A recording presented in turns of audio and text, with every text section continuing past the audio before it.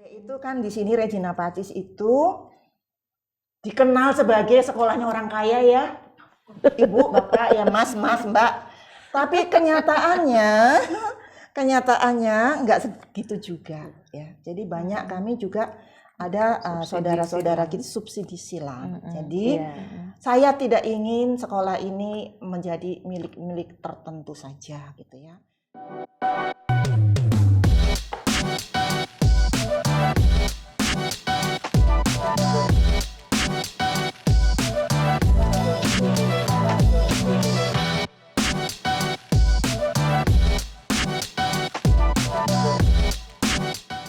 Hai kawan Karcis. Jumpa dengan saya di acara podcast Karcis, Keluarga Alumni Regina Pacis. Tiket ngobrol asik. Oke, kawan Karcis mungkin bertanya-tanya ada siapa di studio kami hari ini? Kami kedatangan suster-suster dari Yayasan Regina Pacis FMM. Betul? Nah, yang pertama ada Suster Christina yang merupakan ketua dari Yayasan Regina Pacis FMM, dan ini ada Suster Vera ya, yang merupakan apa? Historian dari ahli sejarah. Tapi khusus FMM Indonesia. Khusus FMM Indonesia. Berarti FMM ada di seluruh dunia, iya. Kami ada di 5 benua. 74 negara. 78 kebangsaan. Karena tarekat nasionalis. Oke, saya mungkin pengen nanya Suster Vera dulu sebagai historian. Semoga saya bisa jawab ya. Keren ya titelnya ya, historian. Mungkin Suster Vera bisa cerita sedikit tentang sejarah sekolah Regina Pacis yang di Bogor ini, ya dari zaman dulunya, kalau nggak salah dulunya bukan langsung dipegang FMM ya, mungkin bisa cerita sedikit, Suster? Oh iya, tapi kayaknya bukan belum dipegang FMM dalam arti sekolah dilanjutkan, bukan ya. Jadi berdiri sendiri-sendiri begitu. Karena memang awalnya kompleks ini adalah milik Biarawati Ursulin. Tetapi karena pada waktu pendudukan Jepang ya tahun 1942 itu banyakkan para suster yang ditawan, dan tempat ini pun juga menjadi tempat kamp tawanan dari tentara Jepang ya, termasuk suster-suster ada juga yang ditawan. Jadi banyak suster-susternya yang meninggal. Lalu akhirnya ya kebijakan dari Biara Ursulin ya menyerahkan ini kepada tarekat FMM. Jadi dari situlah baru akhirnya kita memulai karya di kompleks sekolah Regina Pacis ini. Tapi itu tahun 48 ya itu? Atau sebelumnya? Kalau penyerahannya sih tahun 1947. Jadi setahun sebelum kita memulai karya ini. Karena FMM datang ke Indonesia itu udah tahun 1933. Jadi pertama kami tiba di Rangkas Bitung. Tahu Rangkas Bitung kan ya, Bu? Tahulah, daerah sonoan dikit lah. Bogor sonoan dikit. Saya ada foto sekali. Ini. Ada ya. Kalau ini sudah di Jalan Aji Juanda ini. Dulu namanya masih nama Belanda ya. Grooteweg ya kalau nggak salah. Baudenzorg atau Baudenzorg kayak gitu namanya. Ya. Susah kalau iya begitu. Tapi kalau awal-awalnya kami di Rangkas Bitung, karena kami punya kongregasi itu memang berkarya di tempat di mana Kristus itu belum ada atau gereja belum ada gitu. Jadi kami hadir di situ dan juga di tempat di mana ya banyak sekali yang butuh perhatian dari kami gitu loh. Jadi marginalized atau orang-orang yang tersingkir, yang sederhana, yang minoritas seperti itu. Jadi awalnya di situ. Nah, pada waktu di sana pun kami melayani rumah sakit ya. Lalu dengan ya sesudah itu kami diminta untuk melayani panti asuhan. Jadi awal-awal kami ada, sebelumnya bukan di sini tapi di dekat sekali di Kantor Batu. Di Museum namanya Batu. Dulu ya, di Kantor Batu. Iya, Jalan Kantor Batu itu. dengan 80 anak ya. Jadi kami membantu untuk melayani anak-anak itu seperti kayak panti asuhan begitu. Masih di sana tuh, belum dibawa ke sini. Itu tahun berapa tuh yang waktu masih di sana? Jadi kita kan tahun 1933 ya tibanya di sini, lalu ke Rangkas sekitar tahun 40-an 42-an begitulah ya, 42. Jadi menjelang tentara Jepang itu masuk. datang ke Indonesia begitu. Tapi tahun 1947 itulah baru FMM datang atau pindah di kompleks ini yang tadi ada yang gambarnya foto yang tadi itu. Nah, ini sekarang ini gambar apa nih, anak-anak panti asuhan. Kalau kita lihat ini selasar yang SD situ ya, Suster Christine ya. Yang sebelah situ. Iya, jadi anak-anak dulu itu bersama susternya lagi nggak kelihatan di sini ya. Ada di tuh suster menuntun anak-anak ini untuk bermain, belajar, macam-macam kegiatan begitu. Belum jadi sekolah ya saat ini ya? Nah, betul, pertanyaan yang bagus. Jadi selama suster berkarya dengan anak-anak panti asuhan ini, sekaligus juga sudah didirikan TK Regina Pacis. Nah, itu tahun 1948. Kalau nggak salah, bentar mesti latihan mulut dulu. Zaman dulu kalau nggak salah namanya apa, Frebel ya? Iya, kata orang dulu sih. Bahasa Londo. Saya enggak berani ngucapin, nanti kalau yang ngerti bahasa Belanda dibilang, aduh suster salah itu ngomongnya. Makanya ini saya mau ngucapinnya aja mesti lemesin otot dulu. Frebel kalau nggak salah sih. Iya. Itu jadi memang yang pertama didirikan itu tingkat TK ya? Iya, TK. Baru sesudah itu SD. Karena biasa ya suster seperti sekarang begitu kan ya. Orang tua itu kalau lihat anak-anaknya dari TK itu nanti ke sekolah mana lagi ya, bingung ya. Oh, minta tolong kepada Suster Berenice pada waktu itu yang menjabat sebagai pemimpinnya, lalu minta kalau bisa didirikan juga sekolah dasarnya, mungkin sekolah rakyat ya pada waktu itu bilangnya ya, di sini juga gitu, supaya kami tuh langsung anak-anaknya, bahkan sampai sekarang pun saya dengar ya itu ada anak yang mengatakan kalau nanti kami selesai SMA di sini ada universitas, kami mau langsung di sini juga sekalian ya. Kok nggak bosen ya gitu ya anak-anak ya. Udah terlanjur enak soalnya di sini. Enaknya kenapa ya? Oh, sekarang saya malah bertanya. Yang jelas saya sendiri dari TK sampai SMA ya di Regina Pacis ini. Suka ketelingsut. Iya. Regina Pacis. Yang benar Regina Pacis. Regina Pacis itu bahasa Latin. Oh, bahasa Latin. Sehingga nggak ada Regina. Regina Pacis artinya Ratu Damai. Oh. Iya. Iya. Ingat sih dulu waktu SMP pernah diajarin, cuma udah lama agak-agak lupa. Maaf ya Suster.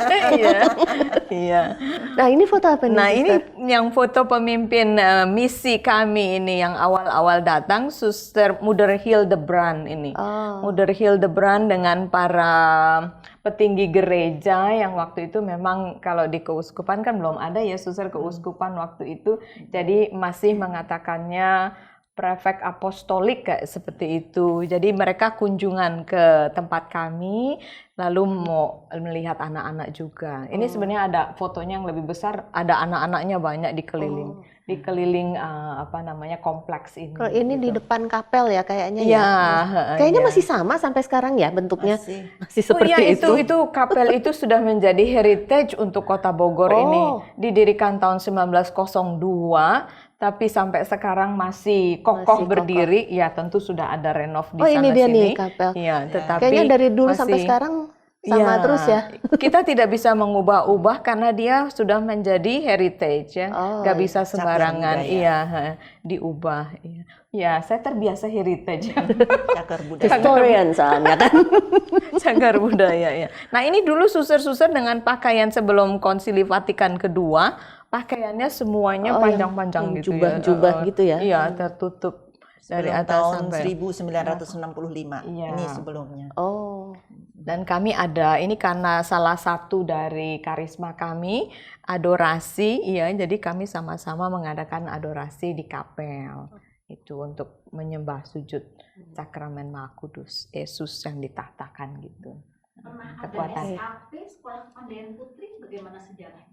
Oh iya, itu ya. Tadi belum selesai ya, lari ke sana kemari. Tadi kan baru sampai dari TK terus dilanjutkan mendirikan SD. Ya, Nah, setelah SD. itu Nah, dari SKP, SD bukan. itu lalu ada apa namanya, suster juga memikirkan anak-anak yang memang tergerak untuk sekolahnya tuh di bidang kejuruan. Ya, artinya tertentu, keterampilan tertentu, entah masak, entah menjahit kayak gitu. Nah, maka suster juga akhirnya membuka sekolah kepandaian putri. Ya, dan itu banyak sekali awal-awalnya peminatnya ya, suster ya. Hanya belakangan memang apa ya, sudah banyak anak-anak yang mungkin lebih tertarik. Kalau nanti saya selesai ini, saya maunya ke fakultas perguruan tinggi kayak gitu, belajar lebih lanjut lagi seperti itu. kalau SKP itu dia tingkatan SMP atau SMA ya? SMP, Oh, SMP, tingkat SMP. tingkat SMP. Jadi kami juga sebenarnya ada SMP-nya juga. Sesudah SD terus kan buka SMP. Nah, sesudah di antara itu sebetulnya sebelum SMP, ketika SD itu sudah ada permintaan untuk SKP itu. Gitu. Jadi SKP sudah didirikan juga bersamaan dengan SD itu. Oh, bersamaan dengan SD ya, bukan bersamaan dengan SMP. No, enggak. Oh, Jadi I see. Jadi ini yang mereka, ini bukan ya, ini SKP, kegiatan bukan? para suster ini Maya kayaknya ya. Jadi ini ada calon-calon suster juga. Kalau yang SKP yang tadi itu yang ada suster asing itu dengan anak-anak murid ya itu. Jadi begitu akhirnya ya apa namanya, SKP itu lambat laun muridnya berkurang lalu ditutup jadinya, tidak lagi ada. Itu berapa lama ya ada SKP? Selama berapa tahun jadinya ada SKP? Cukup lama juga ya, kalau misalnya itu dari SD itu sudah ada, SD saja sudah 6 tahunan begitu kan. Terus dengan SMP, sesudah itu kan SMP dibuka. Ya. Nah, jadi ketika SMP dibuka, akhirnya lambat laun lebih kepada masuk ke SMP begitu kan. Jadi lumayan juga ya, cukup beberapa tahun lah begitu. Kalau pendirian SMA-nya itu terakhir atau SMA gimana? iya, SMA terakhir tahun 1953. Baru SMA berdiri. Ya, itu juga karena sama juga. Karena yang dari SMP mau melanjutkan kemana gitu ya? Kemana? Atau sudah tadi bilang merasain kayaknya, lu udah rasa kerasan di Regina Pacis gitu. Jadi kalau mau kemana-mana lagi, kayaknya enggak deh. Apalagi kalau udah rasa temennya udah cocok gitu ya. Soalnya kan sampai sekarang juga ada ya Suster Christine ya, yang anak-anak itu yang apa namanya, punya suami atau akhirnya, istrinya, iya. Selain mendapat pendidikan, di sini dapat jodoh. Jadi, Nikahnya juga di Kapel RP lagi ya? Iya, itu Kapel RP menjadi kapel kenangan rupanya. Saya juga heran, mereka sudah di luar negeri, sudah di mana, kok menikahnya di kapel lagi di sini, katanya itu punya kenangan tersendiri katanya. Tempat pacaran kan. Pojok-pojok ya, pojok khusus. Iya, jadi akhirnya ya SMA ada begitu. Nah, ini ada foto, udah berwarna nih sekarang. Ya, ini udah foto zaman sekarang ya, SMA Regina Pacis. Pertimbangannya dulu hanya sekolah putri, dan kemudian nyampur, kenapa ya Suster? Oh iya, awal-awal kita semua putri ya, karena maksudnya ya supaya suster-suster itu lebih fokus kepada, kalau putri kan nanti kalau misalnya ya mereka tertarik gitu, bisa masuk menjadi anggota FMM gitu, masuk hidup religius juga, untuk panggilan gitu juga ya, untuk ya kalau satu itu kan biasanya kita lebih fokus ya, melatihnya mereka itu loh. Kalau putri itu kepentingannya apa, atau apa yang mereka harapkan dari para suster itu. Tapi ya lambat laun kayaknya perkembangan zaman membuat ya harus bisa lebih inklusif, lebih fleksibel mungkin ya. Sehingga mereka yang kaum putri ini juga mempunyai semacam tantangan gitu loh. Kalau ada anak-anak prianya, bagaimana nih saya dalam berkompetisi gitu, sehingga lebih lagi terpacu untuk juga bisa bersaing dengan yang kaum pria secara sehat ya. Kalau misalnya tadi ada yang dikatakan astronot, atau ada yang hal-hal yang hanya khusus ini bidang pria, perempuan juga bisa mengapa tidak, kan udah emansipasi gitu kan, sudah era Kartini berjuang mati-matian itu. Nah, itu juga menjadi salah satu alasan ya mengapa akhirnya kita juga menerima anak-anak pria gitu, anak laki-laki. Nah, itu di samping juga kalau kita lihat ya tuntutan sekarang ini ya kalau perempuan aja tadi juga banyak yang melihat ya. Kalau anak perempuan saya kok kayaknya lebih nakal-nakal gitu ya, seperti kayak liar-liar gitu ya. Nah, itu kan menjadi mungkin karena dia merasa begitu homogen gitu ya, tidak melihat yang dunia yang lain, itu aja gitu kan. Jadi bahkan mereka jadi seperti kayak lebih nakal dari laki-laki bahkan gitu ya. Bukan berarti yang laki-laki nakal ya Suster ya. Tapi kadang-kadang mereka jadi seperti mau menunjukkan aku juga bisa loh seperti kaum Adam tuh gitu. Seperti itu. Iya. Seru juga tapi ya kayaknya kalau putri semua terus tiba-tiba campur. Seingat saya sih dulu waktu pertama-tama lelaki boleh ikut bersekolah di RP, kayaknya masih kaum minoritas ya, mereka masih sedikit gitu. Ya masih awal-awal ya. Mungkin juga merasa yang kaum Adamnya ini merasa kayaknya nggak pede juga nih menghadapi yang sudah terbiasa homogen, Dan malah kayaknya kesannya dulu lebih ganas tanda petik loh ya. Yang tadi saya bilang lihat cewek-cewek ganas nih. Kebandelannya, makanya pakai tanda petik Suster, bukan ngomong langsung. Iya betul. Iya.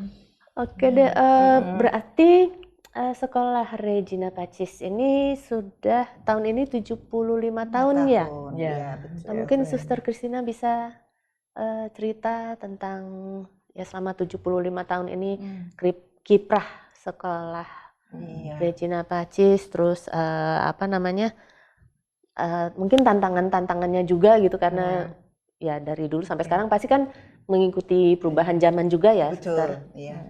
Kalau ditanya tentang tantangan sih pasti banyak ya, karena menghadapi anak-anak kan, anak-anak remaja kan pasti itu dari tahun ke tahun pasti ada tantangan.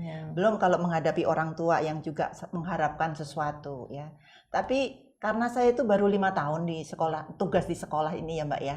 Itu tantangan yang paling berat bagi saya itu ya pandemi COVID. Wow, saya datang itu terus COVID. Ya, 1 tahun 2 tahun deh. Saya datang November 2018, ya kan? 1 tahun kan baru perkenalan ya, melihat situasi ya. Terus ibaratnya masih adaptasi gitu ya? Masih adaptasi dan saya harus belajar banyak karena saya memang tidak berkecimpung di dalam dunia pendidikan sebenarnya gitu. Tetapi dengan tahun 2020 mulai COVID, wah itu seperti dunianya terjungkir balik gitu. Itu tantangan berat untuk saya. Pertama-tama saya merasakan Bapak Ibu guru kita kan mulai dari KBM ya. KBM kan nggak jelas kapan masuk ke sekolah, kapan tidak gitu ya. Tiba-tiba di-cut anak-anak di rumah, guru harus mengajar dari jarak jauh. Aduh, saya ikut merasakan saya bagaimana guru-guru yang tidak biasa dengan alat-alat canggih seperti itu sekarang harus jungkir balik. Aduh, saya bilang luar biasa sekali itu. Tapi mau nggak mau memang harus ya, karena memang kondisi tetapi memaksa. Yang saya lihat hebatnya guru-guru kami ya pada umumnya, mereka mau belajar, memang terpaksa itu tadi ya, karena terpaksa ya. Jadi memang mereka harus belajar. Jadi melek teknologi. Dan saling belajar gitu. Ini bagusnya menurut saya ya. Ini bagusnya mereka yang tahu mengajari, yang tidak tahu mau belajar gitu. Terus mereka itu juga karena ini situasi ya, situasi yang mau tidak mau harus itu. Mereka kadang-kadang lupa pulang, mereka kadang-kadang lupa cuti libur gitu. Seringkali saya harus mengingatkan, udah jam 7 malam pulang, keluarga menunggu. Jadi saya bisa sampai malam-malam itu di sini? Mereka tuh sampai malam-malam begitu karena mungkin semakin semangat ya berhadapan dengan masalah, tapi mereka semangat karena harus. Jadi mereka itu seringkali lupa waktu. Itu dan saya memang luar biasa sekali guru, komitmen dari para pendidik di Regina Pacis pada umumnya ya itu ya. Terus bicara soal finansial. Finansial kan keluarnya kan masuknya kan 50% saja. Saya bingung. 50% yang masuk terus Saya kan kasihan sama guru dan pegawai yang harus kerja, resiko sakit dan sebagainya, harus belajar seperti yang tadi saya bilang sampai lembur-lembur macam begitu. Saya bingung kan, aduh bagaimana caranya, tapi saya nggak bisa dong cut gaji mereka tuh. Karena kan mereka kerja keras gitu. Jadi ya itulah banyak doa dan saya komunikasi ya dengan mereka ya Mbak. Komunikasi saya bilang, Bapak Ibu saya bilang masukan dari yayasan 50% ya gitu ya. Ya ada banyak yang langsung percaya, tapi juga ada yang nanya ke kantor manajemen, bener ya 50% ya katanya. Bener kok, aku nggak bohong ya, saya bilang begitu ya. Tapi saya sangat bersyukur juga di situ ada loh sampai pegawai itu datang ke saya membawa surat.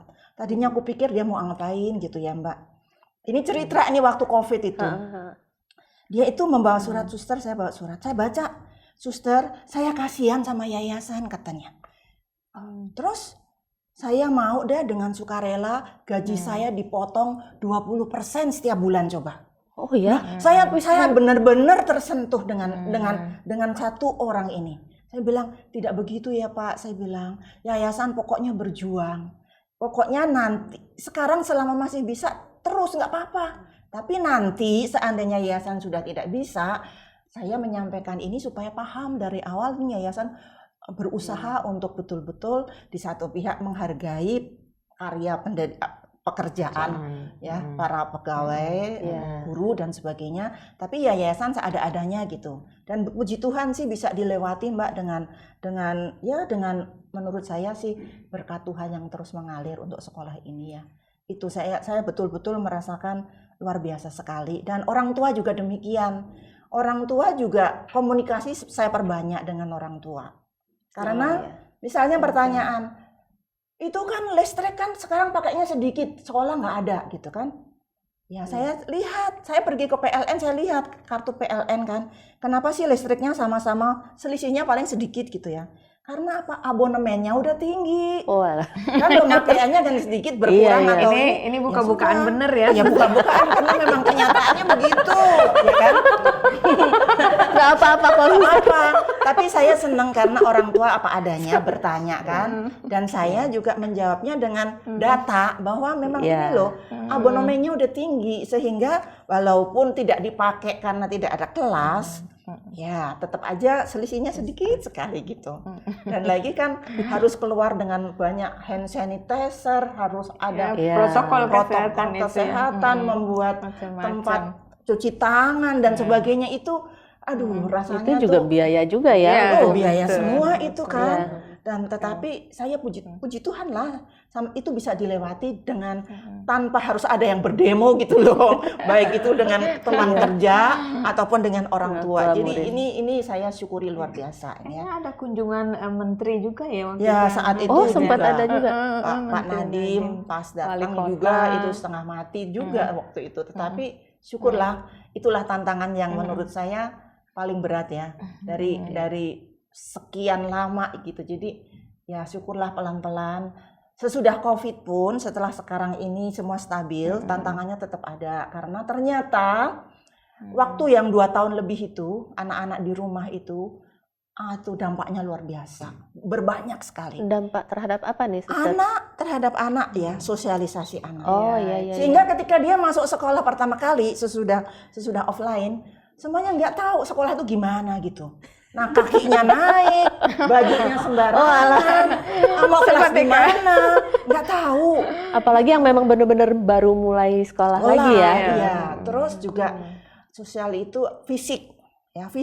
Pertama kali masuk di SMP itu banyak kan upacara tuh ya sebentar ya. Upacaranya bukan lama-lama banget sih, upacara biasa hari Senin gitu. Pada jatuhan, banyak tumbang. Jadi mereka nggak biasa berdiri, nggak biasa olahraga kan, di rumah kan duduk gitu. Iya. Nah itu ternyata di depan saya nggak pernah laptop. membayangkan hal seperti itu ya. Bahkan pergaulan anak-anak itu berbeda sekali. Sehingga ini menjadi PR khusus bagi para pendidik ya. Sesudah COVID, sekarang stabil mulai pelajaran baru ini, sehingga mereka itu benar-benar, tata cara juga nggak tahu, aturan juga nggak ngerti lagi gitu. Ya memang kan Udah cukup lama, Mbak. Tata tertib udah lupa semua Iya, kali ya.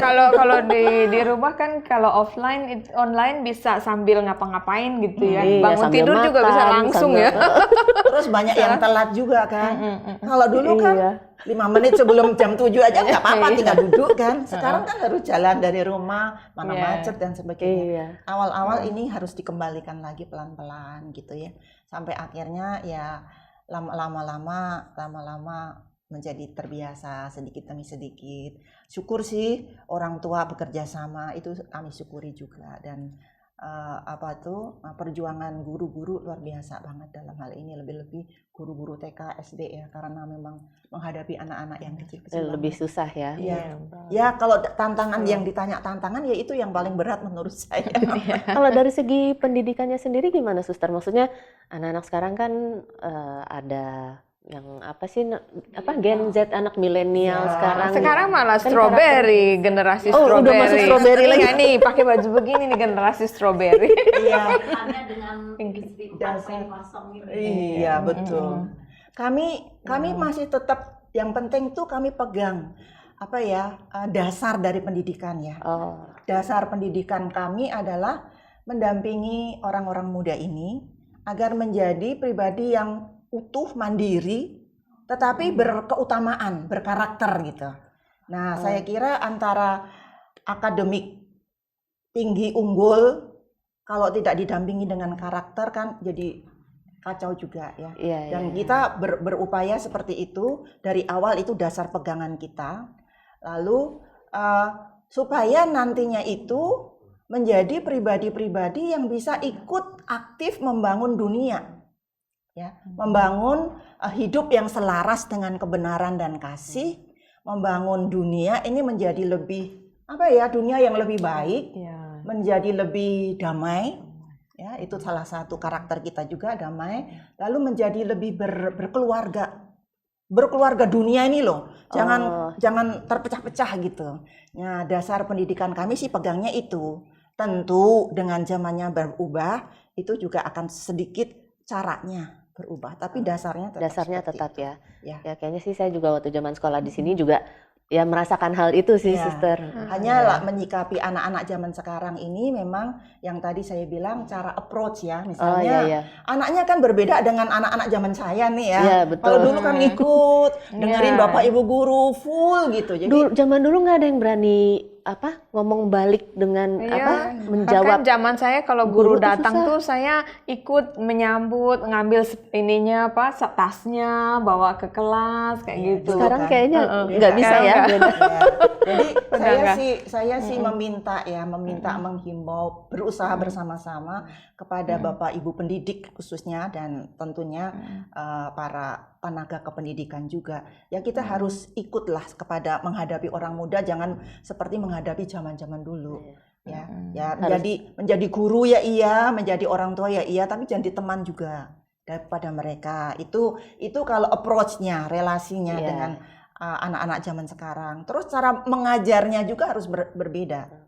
Ya kan? Apalagi kurikulum juga sekarang berubah ya. Iya, jadi kalau anak diajar sekarang setengah jam suruh dengerin, akan segala Nggak macam, kena. nggak akan kena, nggak akan mendengarkan gitu Oh iya, kan. udah enggak. Jadi sekarang tuh guru lebih menjadi mentor, ya, menjadi pembimbing. Anak diminta untuk mencari, apalagi dengan adanya kurikulum merdeka, dengan proyek-proyek ini betul-betul kami mencoba mengikuti itu semua, karena dari situ juga ini akan menghantar anak-anak itu bisa lebih kreatif, inovatif, dan mencari solusi macam-macam. Jadi kami sih memang mengajak guru-guru, dan kemarin ini raker terakhir juga, raker yang kemarin ini kami itu berlatih, guru-guru itu dilatih untuk mengajar caranya bagaimana supaya membuat anak itu kreatif. Jadi bukan lagi pertanyaan bukan ngajar guru ke murid gitu ya, bukan enggak zaman dulu ya. Jadi enggak begitu lagi. Jadi analisa lebih ke guru itu tidak boleh mengafirmasikan kekuasaannya sebagai guru. Nah, jangan itu.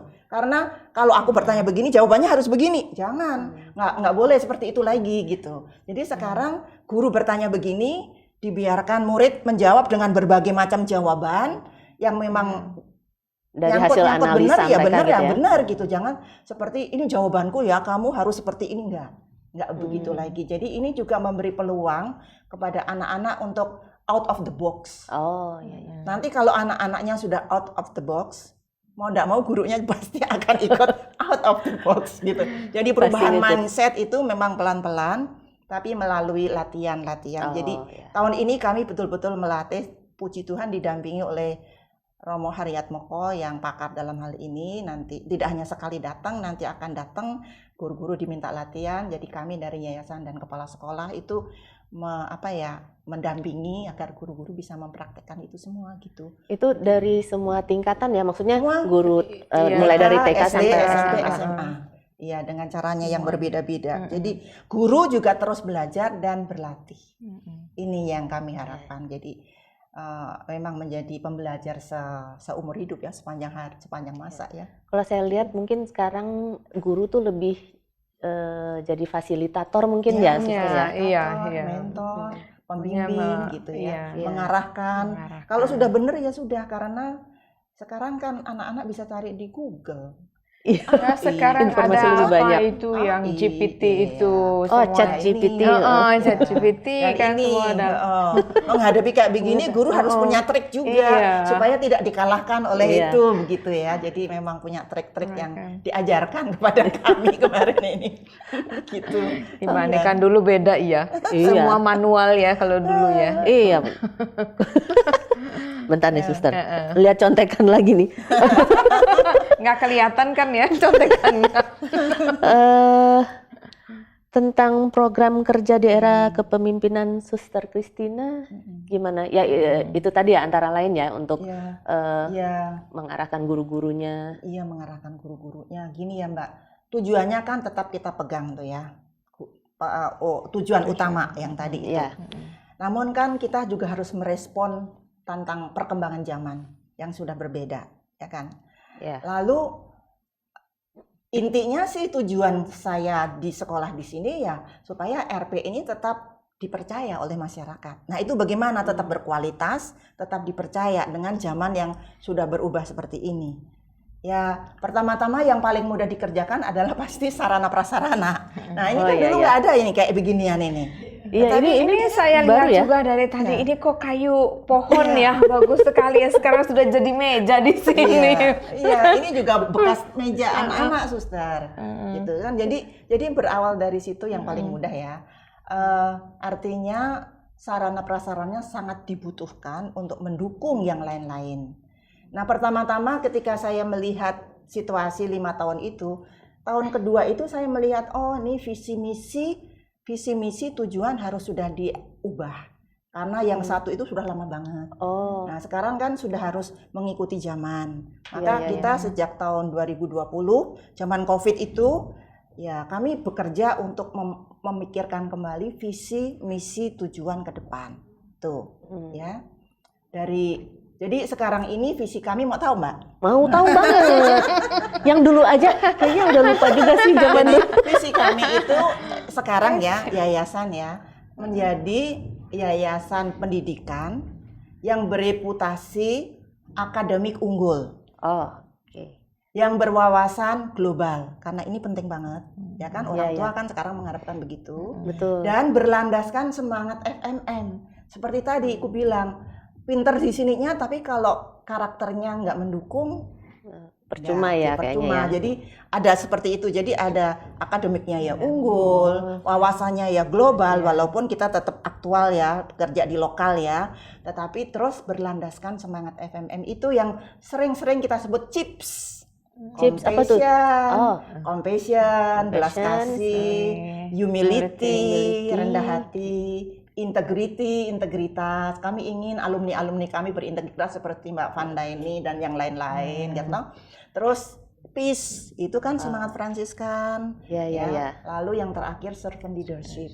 Nah, servant leadership ini waktu Pak Nadiem datang itu digarisbawahi. Ini suster penting tetapi paling susah.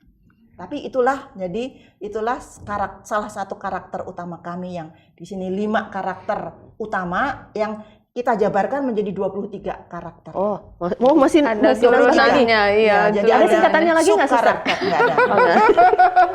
Nggak ada. Maaf ya. Enggak, soalnya kan chips kan gampang diingetnya cuma Iya, 5. Barangkali ada turunannya. ada singkatannya Ada di juga. buku kalau mau lihat. Oh, ada buku. jelas. Jadi Ini untuk chips buku ini. yang mana nih, Suster? Untuk chips itu kami punya buku ini. Ini sejak tahun 2017 kami sudah punya pegangan. Oh, Ya, ini buku pedoman pendidikan karakter berlandaskan spiritualitas FMM. Ini sudah diperbarui lagi, direvisi maksudnya. Ini yang revisi yang kedua. Ya, jadi kami sudah punya pegangan. Dan ini dari mana munculnya karakter chips itu adalah dari pendiri kami. Jadi tidak jauh-jauh lah ya. Seperti motonya kan ad veritatem per caritatem, menuju kebenaran melalui kasih. Karena itulah perjuangan pendiri kami Beata Maria della Passion ini waktu hidupnya. oh. Jadi itu diwariskan kepada kita dan saya kira sampai sekarang masih tetap relevan. Kebenaran diperjuangkan oleh banyak orang yang kadang-kadang membawa resiko benar ya, membawa resiko berat ya. Tapi dalam menuju ke sana dalam kasih itulah yang benar-benar kita perjuangkan gitu, seperti itu. Jadi seperti itu. Lalu setelah ada visi, misi, tujuan yayasan, masing-masing unit juga membuat visi, misi, tujuan dari TK, SD, SMP, SMA. Tentu mengalir dari yang visi, misi, dan tujuannya dari yayasan. Mereka membuat sendiri, jadi nggak punya pegangan. Dari visi, misi, tujuan itu kami membuat renstra, Mbak. Jadi kita mau buat apa nih? Apa itu? Rencana strategis. Rencana strategis. Ya, jadi kita pusing ya Mbak Main ya. singkatan-singkatan. ya renstra. Ya, aku dulu juga belajar. Tapi ada seperti ini menjadi pegangan kami untuk kedepannya bagaimana sih gitu ya arahnya. Jadi dari renstra itu yang pertama tentunya pembenahan tata kelola. Karena harus saya tidak mengatakan dulu itu tidak baik, enggak. Dulu baik pada zamannya. Sekarang zaman sudah berubah, jadi harus disesuaikan dengan zaman. Betul. Maka tata kelola ini harus betul diperbaiki dan kami ini sekarang sedang berjuang untuk itu.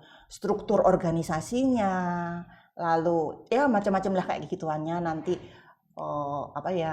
semacam SOP-nya diperbaharui lagi macam begitu supaya menjadi lebih terarah, lebih jelas macam begitu. Lalu yang kedua yang kita perjuangkan programnya adalah peningkatan SDM. Yang tadi saya katakan supaya SDM-nya ini up to date dengan zaman gitu loh. Jangan sampai nanti ada orang tua yang mengatakan DRP ngajarnya masih seperti dulu gitu. Jangan. Kan ngajarnya seperti berbeda seperti yang tadi saya katakan karena anak-anaknya pun sudah berbeda kan. Kita harus menyiapkan anak-anak kita ini nanti menjadi generasi kreatif yang bisa menghadapi masa depan mereka. Kalau nggak kreatif nanti akan punah kan. Seperti itu. Jadi mengupdate SDM ya ada yang kami sekolahkan, ada yang ngikutin diklat, ada yang mengikuti kursus. Ini kami sudah mulai gitu ya. Pasti pelan-pelan ya karena kami membutuhkan ya. Lalu juga tentu peningkatan mutu akademik itu berkaitan dengan kurikulum.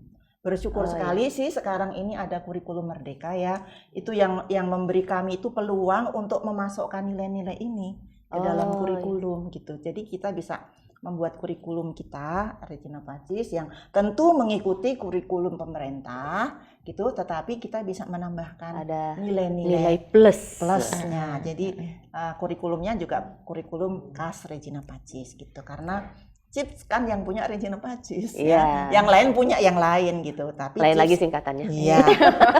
Lalu memang sih sarpras itu tadi semuanya diperbaiki, tapi kalau sarprasnya kurang ya kan nggak mungkin gitu. Jadi memang sarpras itu seperti toilet dan sebagainya itu kami sudah bongkar semua, udah perbaiki semua. Memang sih biaya cukup banyak tetapi ya masih bisa dilakukan ya. Dan itu sekarang menjadi lebih nyaman gitu. Saya kira lebih nyaman ya Mbak. Sangat. Kalau ingat zaman saya kecil dulu sekolah di sini, maaf aja nih Suster zaman dulu, mungkin teman saya tuh tahu yang horor-horornya di toilet. Iya, acara horor sekarang ya. kan sudah bagus. Sekarang udah wah kerennya Ya, bersih semua. Lalu ya kita membutuhkan apa? Ruang meeting ya kita buat, katanya tidak punya. Ini Ya, ruang nanti podcast Ini ruang juga. podcast ini juga kan baru diatur sedemikian luar lah. biasa. Tempat-tempatnya ya hanya ini sih, tetapi ternyata bisa diatur dalam kerjasama dengan teman-teman rekan kerja gitu ya. Ternyata Iya. bisa diatur. Lalu ini mulai pembenahan di kebun-kebun supaya lebih rapi, lebih hijau gitu ya. Oh iya. Lebih kalau saya cita-cita saya sih lebih ekologis, Mbak. Oh iya. Tapi ini memang perjuangan yang Iya, tidak betul. mudah. Karena Dan ini tidak bisa cepet ya, tidak bisa pasti butuh cepat. waktu. Pelan-pelan banget, tetapi saya memiliki cita-cita Regina Pacis juga bisa menjadi green school nantinya. Dan Oh, itu si SMP sekarang ini menjadi pilot project Oh, untuk gitu. keuskupan sebagai green school. Tapi ya itu tadi ya, perjuangannya memang berproses karena itu tidak hanya soal kamu jangan buang sampah sembarangan, bukan hanya soal itu kan. Iya, Ini iya. kan soal mental yang udah terbiasa berkuang gimana, berbuang gimana kan gitu. Apa-apa plastik. Ini masih lumayan kita dapat ini ya, bukan plastik ya. Nah, ini sudah sedikit ekologis nih. Berterima kasih ini di ruang studio sudah ada ini ya. Jadi kami tidak buang-buang gelas aqua atau apa dan itu Iya. itu kasihan sama ibu bumi kita Terus sebenarnya. penghijauan juga kayaknya juga diperbaharui, buktinya yang lama. Ini kalau nggak Iya, salah pohon dari pohon sini dari- juga kan, Suster? Iya, pohon cemara yang kena sambar petir dipotong jadinya Makanya penghijauannya dimulai lagi, yang lamanya bisa Iya, dimanfaatkan juga, dimanfaatkan. recycle kan jadinya. recycle. Iya. Betul. Ya seperti itu sih harapannya. Satu-satu adalah Regina Pacis walaupun sudah usia 75 tahun, kalau orang ya sudah lansia ya. Sangat. Tetapi puji Tuhan masih dipercaya oleh masyarakat sampai sekarang dan tidak hanya memuji Tuhan tetapi Tuhan juga mengatakan tugas ya Christine. Apa yang baik dan sekarang ini masih baik harus kamu pertahankan. Pertahankan. Nah, itu tugas yang menurut saya cukup berat. Tetapi tidak apa-apa, saya mempunyai banyak rekan kerja yang luar biasa. Jadi diharapkan dengan para orang tua yang bekerja sama, dengan para alumni yang juga luar biasa, ini RP tetap bertahan. Syukur-syukur menjadi lebih baik lagi. Amin. Tapi kalau muridnya lebih banyak udah nggak bisa nampung. Iya itu. Ya, karena di Tetap SMA terbatas. kemarin waktu kelas 1, 2, 3 itu ketemu bareng, udah nggak muat itu aula gitu ya. Jadi nggak tahu, tetapi yang penting kualitas tetap harus bagus, dipercaya oleh masyarakat. Kami bisa membantu masyarakat Bogor, berguna untuk masyarakat Bogor, berguna untuk masyarakat Indonesia pada umumnya. Ya, gitu. Baik, kalau begitu udah kelihatannya udah cukup panjang. Nggak tahu dari Ibu Sutradara ada yang mau ditanyakan lagi barangkali? Oh, kita diamati Ibu Sutradara ya. Tadi harapan setelah 75 tahun ada, tapi ya mungkin bisa mengajak, kan kita mau acara puncak Oh, 75 iya. tahun, bisa mengajak dari Suster Christine Iya. Perak, Betul. Ajakan saya tuh begini ya. itu logonya ada. Oh iya, ini dia. 75 tahun. 75 tahun. Pertama-tama memang saya sudah bersyukur banget nih dengan adanya 75 tahun. Alumni-alumni kita itu guyup. Baik itu alumni TK saja, alumni SD saja, alumni SMP saja. Itu saya bersyukur banget itu. Sebelum puncak acara saya sudah sangat bersyukur karena itu terjadi. Dan saya yakin dengan keguyuban ini nanti akan lebih banyak hal yang bisa kita lakukan. Yang kedua, Sabtu berbagi itu juga sudah jalan sejak bulan Februari dan itu mendapatkan dampak yang sangat positif dari saudara-saudara kita yang memang Dari masyarakat sekitar ya. yang seringkali sangat membutuhkan bantuan ya, dan itu sangat, dan sampai sekarang sudah sampai Oktober daftarnya. Saya berharap ini saya mengajak semua alumni dan semua saja orang tua dan siapa saja yang berkehendak baik, ayo kita satukan ini, kalau bisa ini diteruskan sampai kapanpun. Mungkin sampai saya selesai tugas di Regina Pacis. Sesudahnya lagi malah. Masih. Ya, kalau ini bisa diteruskan, ini akan sangat bermanfaat untuk masyarakat di sekitar Bogor ya. Satu lagi yang saya berharap itu, apakah mungkin apa tidak saya tidak tahu ya. Saya itu kan di sini Regina Pacis itu dikenal sebagai sekolahnya orang kaya ya. Ibu, Bapak, ya Mas, Mbak. Tapi kenyataannya nggak segitu juga ya. Jadi banyak kami juga ada saudara-saudara kita subsidi silang. Jadi saya tidak ingin sekolah ini menjadi milik tertentu saja gitu ya. Kalau bisa mengakomodasi mereka yang memang bisa dan dibutuhkan bantuan secara finansial, kenapa tidak gitu. Seperti yang sekarang terjadi ya. Nah, harapan saya nih kalau bisa sih kita ada dana bersama gitu. Kalau saya pikir ya alumni itu sekarang udah puluhan ribu ya kali ya. Kalau 5.000 aja, 5.000 sebulan gitu ya. Nanti akan jadi banyak, paling tidak ada 5 anak yang bisa kita bantu. 10 anak yang bisa kita bantu. Itu akan sangat harum lagi kayaknya nama Regina Pacis gitu ya. Itu sih harapan saya. Mudah-mudahan banyak yang dengar alumni terutama. Itu aja sih, nggak banyak-banyak nih karena memang betul ya, kita memang mau membantu negara kan ini ya, supaya menyiapkan generasi muda ini menjadi generasi emas yang betul bisa membuat Indonesia semakin jaya, semakin dihargai di mata dunia. Ya kan, jadi kami ini lewat sekolahan, partisipasi kami kan menyediakan mereka itu. Ya kalau gitu bisa seperti itu sih harapan saya. Saya itu yakin kalau harapan dan cita-cita itu baik dan motivasinya jelas baik, murni, tidak ada embel-embel, pada waktunya Tuhan akan membuat my dream come true. Ya, amin. Insya Allah, amin.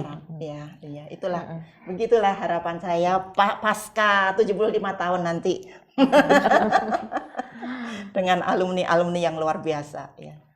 Itu diajak datang tanggal 1 sampai 3 kan ada acara sebenarnya di sekolah Regina Pacis. Sebenarnya tidak hanya pada waktu tanggal 1, 2, 3 ya. Dari sekarang setiap Sabtu sudah ada kegiatan macam-macam. Mari para alumni datang, mari para orang tua datang gitu ya, bergabung bersama kami karena ada Sabtu Berkat. Kemarin hari Sabtu kemarin ini malah macam-macam. Ada satu berbagi, ada kacamata berbagi plus gratis. Ada membuat tempe, ini juga membuat tempe. Ayo kita sama-sama membuat tempe. Saya mengundang siapa saja ini karena dibutuhkan nanti sekian banyak ya untuk bisa membuat tempe yang nanti mendapatkan sertifikat MURI. Luar biasa kan? Ini juga alumni. Luar biasa ya kan? Luar biasa. Maka mari kita bergabung, mari kita bertemu ya. Bertemu bersama-sama. Ketemu nanti di awal September nanti ya. Sebelum-sebelumnya boleh juga sudah. Ya, tanggal 1, 2, 3. Jangan lupa ke Regina Pacis, alma mater Anda. Terima kasih banyak Suster. Sekali lagi terima kasih banyak Suster Christine dan Suster Vera atas kedatangannya dan cerita-ceritanya. Dan terus terang baru kali ini saya bisa santai ngobrol-ngobrol sama Suster. Kalau zaman dulu sekolah kayaknya ketemu suster tuh takut. Zaman dulu masih kecil. Masih tadi tuh yang sebelum Konsili Vatikan kedua kan, mereka kan masih yang pakaiannya juga dari jauh agak-agak menakutkan gitu. Iya, maka kami pakai baju yang tidak menakutkan. Rock blues kan nggak menakutkan ya, enggak lah kan gitu kan. Baiklah kalau gitu terima kasih banyak Suster Christine dan Suster Vera. Buat kawan Karcis jangan lupa kita jumpa nanti di awal September di kompleks sekolah Regina Pacis ini. Untuk kita dari kita. Sampai jumpa.